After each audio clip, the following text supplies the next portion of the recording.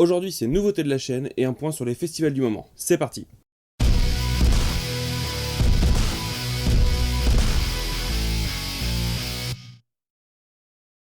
Salut à tous, c'est Banane Solo et on se retrouve aujourd'hui pour une nouvelle Banane News, la numéro 2. Donc Banane News, c'est un format plus ou moins irrégulier dans lequel je présente les nouveautés autour de la chaîne et puis les nouveautés, les news autour du monde du jeu. Donc pour commencer aujourd'hui, les nouveautés de la chaîne.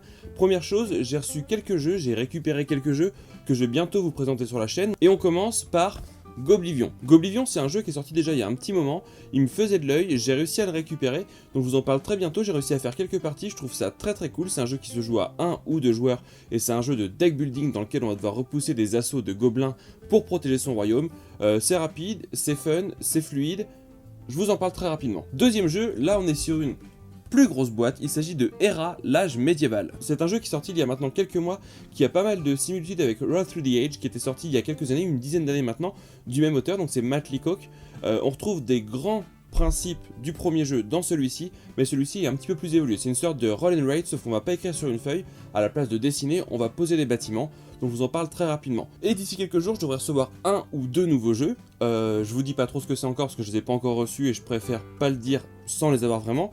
Mais c'est des jeux qui me font très envie, que je suis content de recevoir, donc j'espère vous en parler rapidement, je vous tiens informé très vite. Deuxième chose que je vais aborder à propos de la chaîne, c'est les nouveaux formats. Donc je vous ai parlé le mois dernier, dans la première Banane News, d'un format vidéo que je voulais faire, donc les grands reportages, les reportages en grand format. Je vous avais dit que le premier se déroulerait au mois de mars, donc là on est au mois de mars, on est le 6 mars aujourd'hui, donc c'est prévu, il n'y a pas de souci. Dans une dizaine de jours, je vais rencontrer le studio de créateurs, donc c'est des éditeurs, des auteurs, des illustrateurs, donc c'est un petit studio qui regroupe tous ces métiers-là. Dans 10 jours, je vais chez eux tourner, donc il y a un peu de préparation en amont, il y aura un peu de tournage, ça va peut-être durer une journée, une demi-journée, je sais pas exactement.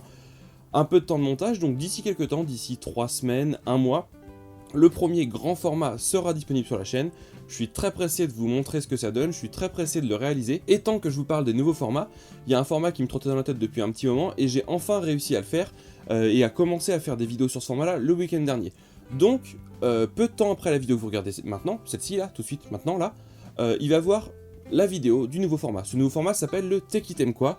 Alors le Techitem Quoi, c'est un nom hyper naze, mais j'allais tourner, il me fallait un nom, c'est le Techitem Quoi. Donc pour ceux qui regardent un petit peu, qui suivent un petit peu des chaînes de news, un peu pop culture sur internet, ils ont déjà vu ce genre d'interviews. C'est des interviews très rapides, avec des questions à choix multiples ou des questions-réponses vraiment hyper rapides sur des personnages plus ou moins célèbres. Là j'ai adapté le format à l'univers ludique, c'est-à-dire que des questions plus ou moins d'actualité ou plus ou moins récurrentes dans le monde du jeu sont posées à des acteurs du monde du jeu, donc auteurs, éditeurs, illustrateurs, enfin voilà, les acteurs de manière générale. Ils doivent répondre rapidement, ça fait un Techitem Quoi, c'est condensé en 2, 3, 4 minutes. Je vous envoie ça bientôt, donc là, tout bientôt, là, d'ici quelques heures, voire quelques jours, je sais pas exactement, vous aurez le premier interview Techitem Quoi de Théo Rivière. Voilà, c'était le tour des news de la chaîne, maintenant on passe au point festival. Donc si vous suivez l'actualité ludique de plus ou moins près, vous avez sûrement déjà entendu parler du Festival international des jeux de Cannes, appelé le FIJ. C'est le plus gros festival de jeux qui se déroule en France, c'était il y a récemment, là, c'était fin février. Ça dure 3 jours, c'est plus de 100 000 participants, donc ouais, 3 jours du vendredi au dimanche, plus le jeudi qui est réservé aux professionnels. Donc c'est un festival qui est énorme, il y a 300 exposants avec 3000 participants parmi auteurs, illustrateurs, éditeurs, magasins, etc. Donc c'est vraiment le gros événement ludique en France et il avait lieu là il y a quelques temps. Donc ça se passe au Palais des Festivals de Cannes, c'est d'ailleurs un des rares moments de l'année où le Palais des Festivals est accessible au public. Donc ça c'est un point qui est plutôt cool, c'est un cadre qui est assez chouette. Donc voilà, dans le Palais des Festivals, c'est 30 000 m² d'exposants, 2 lieux pour jouer. Le soir, il y a une soirée off qui se passe dans un endroit à côté où on va tester des prototypes et pouvoir jouer entre personnes. Il y a des conférences, il y a plein de choses, voilà, donc c'est un événement qui est très cool. Si vous le connaissez pas, il faut aller le découvrir. Et un des éléments importants du Festival des Jeux de Cannes, c'est l'As d'Or. Donc l'As d'Or, c'est le plus gros prix ludique français, on peut le dire, hein, un des plus gros prix en tout cas, un prix qui est plutôt convoité, qui est assez reconnu, qui est là depuis des années, et donc encore cette année il y avait le vendredi soir la remise des As d'Or parce qu'il y en a plusieurs. Il y a 3 catégories précisément. Il y a tout d'abord la catégorie enfant. Cette année dans la catégorie enfant il y avait Yum Yum Island, il y avait Roule à pic, il y avait la Vallée des Vikings et il y avait Attrape-Rêve. Et le gagnant est donc ce dernier, Attrape-Rêve. Deuxième catégorie, c'est la catégorie qu'ils appellent Expert. Donc les 4 sélectionnés cette année étaient Gloomhaven, donc une grosse boîte énorme avec du Legacy, des figurines, de la baston, une grande campagne à mener, une boîte vraiment énorme. Il y avait It's a Wonderful World que vous connaissez sûrement, qui a beaucoup fait parler de lui en fin d'année, qui des fois rappelle un petit peu Seven Wonders sur certains aspects, qui a une très très bonne réputation auprès des joueurs. Il y a aussi Root, qui est un jeu asymétrique, où on va jouer des peuples de la forêt, des peuples d'animaux avec une façon différente de jouer chaque peuple.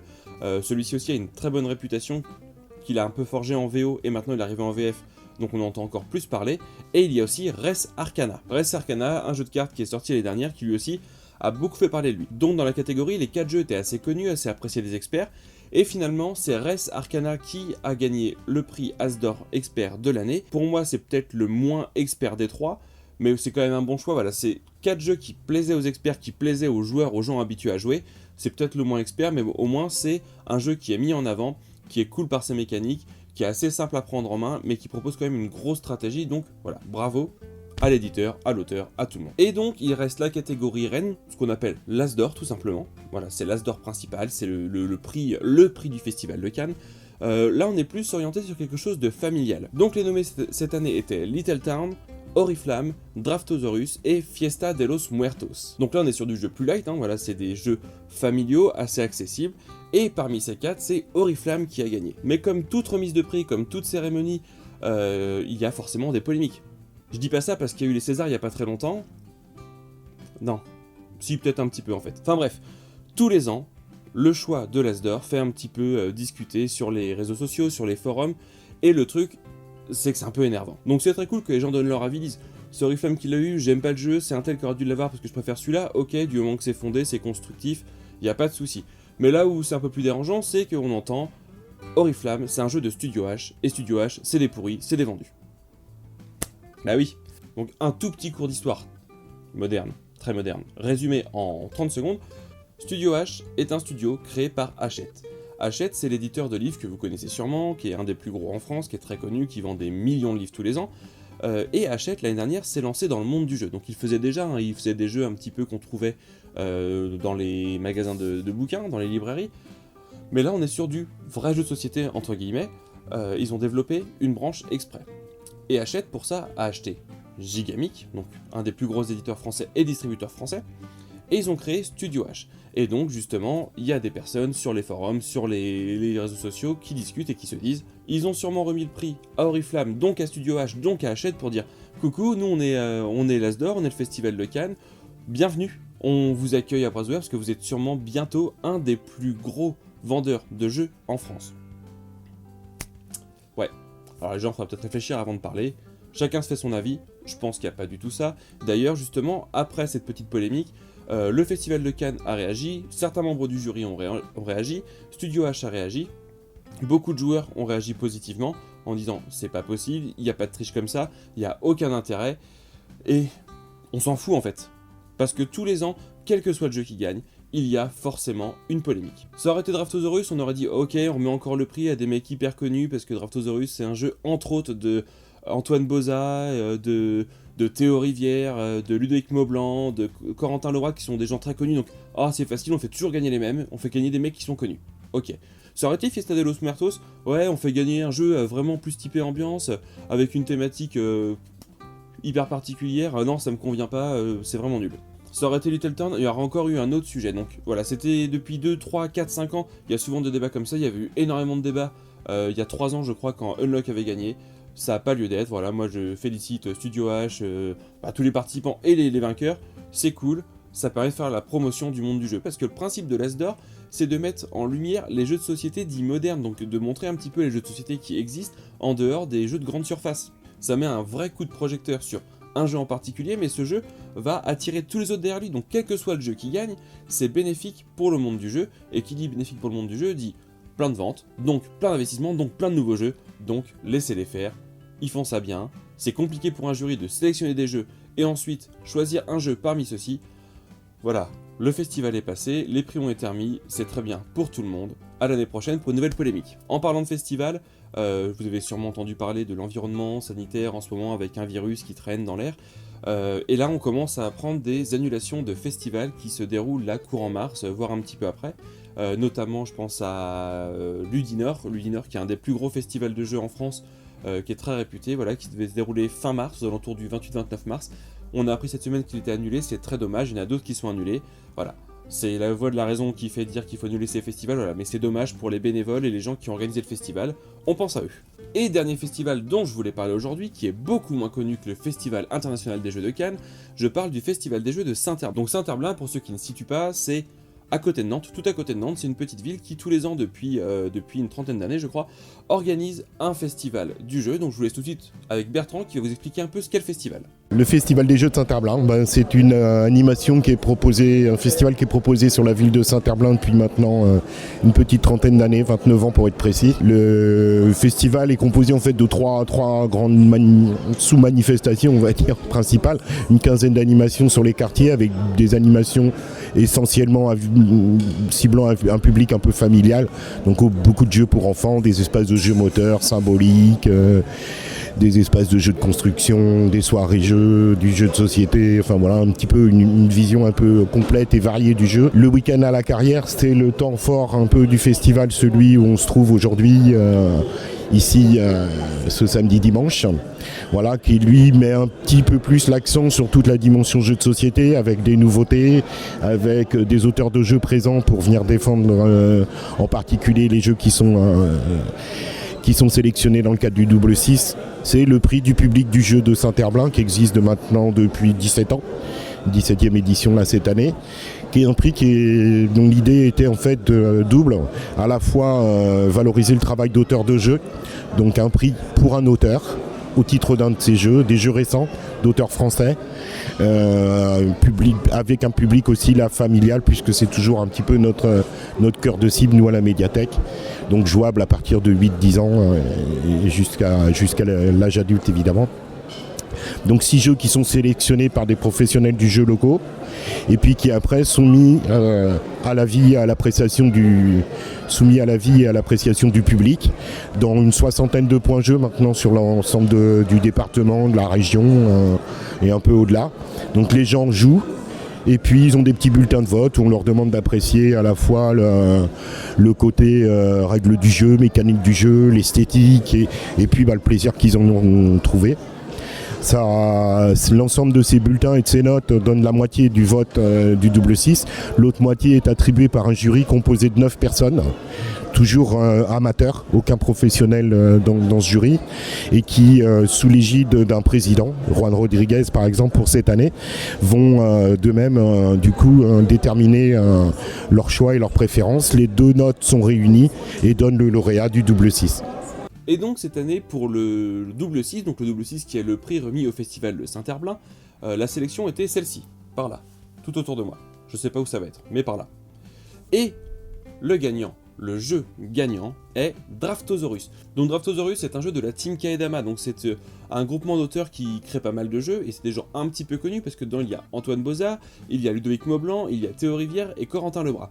Donc voilà, c'est des gens qui sont un petit peu réputés, qui se sont groupés ensemble pour faire un jeu. Et juste, sans vous l'expliquer entièrement, Draftosaurus c'est un jeu qui est vraiment excellent. Facile, familial, avec des mécaniques un petit peu poussées, donc là c'est une mécanique de draft mais adaptée pour jouer avec des plus jeunes et en famille. C'est hyper cool, je trouve que le prix est mérité. Et surtout, moi ce que j'aime beaucoup sur ce festival, hormis qu'ils aient récompensé Draftosaurus cette année, c'est l'état d'esprit du festival, c'est-à-dire que c'est vraiment hyper ouvert.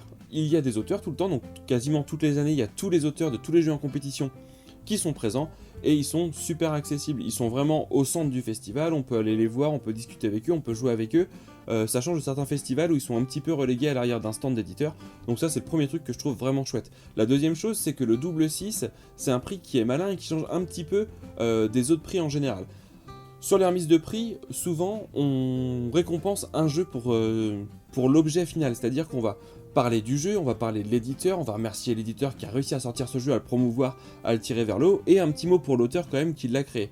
Là c'est l'inverse, le double 6 ça récompense un auteur ou un groupe d'auteurs comme cette année, et c'est vraiment cool parce que c'est les auteurs qui sont mis en avant, donc c'est pour ça que c'est un tout petit festival mais qui fait tout pour promouvoir le monde du jeu par les auteurs, et ça je trouve ça vraiment excellent. Et donc cette année sur le festival, on avait la chance d'avoir un des auteurs du jeu gagnant, donc c'était Théo Rivière. J'ai réussi à lui tirer 2-3 mots, enfin, il parle beaucoup, hein, mais j'ai réussi à l'attraper à la sortie de la scène après la remise des prix pour qu'il nous donne un peu ses impressions et nous parler du festival. Donc je suis avec Théo Rivière qui vient de remporter le prix, donc pas tout seul, avec ses camarades de la Team Kadama avec Draftosaurus, donc le double 6 de Saint-Herblain. Donc Théo, tes impressions s'il te plaît. Eh ben, je suis grave content. Je suis grave content parce que c'était un super week-end avant tout. Tu vois, j'ai passé un très bon moment. Saint-Herblain, c'est la deuxième fois que je viens. Et c'est la deuxième fois que je passe un week-end vraiment de ouf, à rencontrer des auteurs que je connaissais pas forcément, à jouer, à discuter, à rencontrer le public. Le prix, c'est clairement la cerise sur le gâteau, mais les jeux sont tellement joués dans le cadre du festival que je serais reparti les mains vides, que j'aurais été assez content quand même, quoi, vraiment. Donc t'es prêt à revenir tous les ans s'il faut? À fond, hein. Moi je fais des jeux que pour être nommé au double 6 et venir squatter à Nantes, boire des coups, aller à Saint-Herblain et jouer à des jeux, quoi. Ok, donc t'es quand même content que ce soit toi qui aies été choisi parmi les 4 zozos pour recevoir le prix? T'as passé un bon week-end? Ouais, clairement. En plus, c'était. Alors, j'ai la chance, je sais pas si c'est un bon terme, mais je suis le seul à être un peu plus relax familièrement parlant. J'ai pas d'enfant en fait, et Ludo est pas très festival. Donc, c'est moi qui représente souvent la team dans ce genre de contexte parce que en fait, j'aime bien venir faire le guignolo avec les gens, jouer, rigoler et faire tourner les protos. Et c'était un vrai plaisir d'être là, même si je sais que. Les autres dans un contexte plus aisé, là, on est la semaine juste après Cannes, donc c'était compliqué d'enchaîner, surtout pour Antoine et Corentin avec leur petite famille, et Ludo qui était un peu crevé. Mais ils auraient adoré être là aussi, parce que Corentin était venu l'an dernier pour au Mont-Château, et je sais qu'il avait pris un grand plaisir à être sur ce festival, et on aurait tous aimé être là, mais je suis assez content d'avoir été le digne représentant de la team, pour le coup, parce que j'ai pu bien profiter. Donc t'as quand même un super prix, donc tu vas nous le montrer, et puis on va finir là-dessus. Merci beaucoup Théo, félicitations encore, tu diras bravo à toute l'équipe, et puis j'espère qu'on se retrouvera très bientôt. Avec grand plaisir, hein, et puis merci à tous encore. Donc voilà, Théo très content du prix pour Draftosaurus. Il a passé un bon festival, comme moi, donc voilà, c'était vraiment super. Si vous avez l'occasion que vous passez par Nantes l'année prochaine, ça se passe en général une semaine avant ou une semaine après le festival de Cannes, il se cale à peu près là-dessus. Essayez d'aller y faire un saut, vous allez voir, c'est super cool, il y a plein de jeux, il y a plein de joueurs, il y a des jeux à tester, de la sélection, c'est vraiment chouette. Profitez-en si vous pouvez l'année prochaine. Voilà, c'est fini pour aujourd'hui, c'était la deuxième Banana News. La prochaine, le mois prochain ou dans 6 mois, j'en sais rien, c'est quand j'aurai des trucs à dire. En attendant, comme d'habitude, on se retrouve sur Facebook, sur Instagram, pour les nouveautés autour de la chaîne. On s'abonne toujours par là et on se retrouve très bientôt pour une nouvelle vidéo. Salut!